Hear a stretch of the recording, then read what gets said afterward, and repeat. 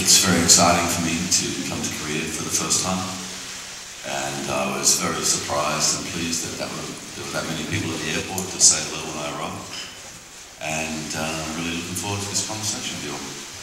See you, Bob. I ain't got to say it. But when I was a young man, I used to get up at 5 o'clock in the morning.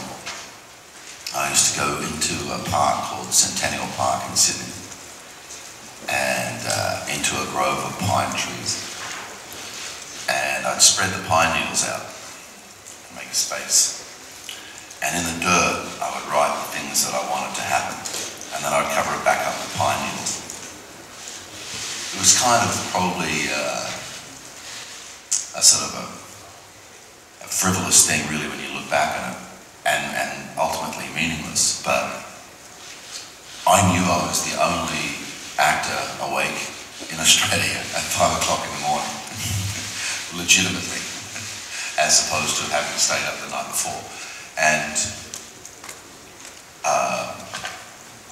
that was kind of, to me, it was the discipline of that is truly what brought success to me, because I was prepared to do things that other actors weren't prepared to do. In terms of a turning point in my career, the first feature film that I got was a movie called Crossing, directed by a guy called George Ogilvy. I was 25 at the time. I'd done a couple of thousand theatre performances and rock and roll performances, and I'd probably auditioned for many, many movies, but had failed in every one of those auditions. So the turning point was actually just getting a film. There was another sort of really silly thing that happened when I was about 10 years old. My front tooth got kicked out in a rugby league game, and I refused to have it fixed. So there I was trying to work as an actor in my teen years and early 20s with only one front tooth. The fact that I got work was amazing, really, considering, especially on camera work. But when I met George Ogilvy, he asked me to explain the story of the tooth and why I hadn't got it fixed. And I said to him, because I felt that it was an event that had happened in my life. It was just something that formed part of who I was, and it was an authentic thing for me to not get the tooth fixed.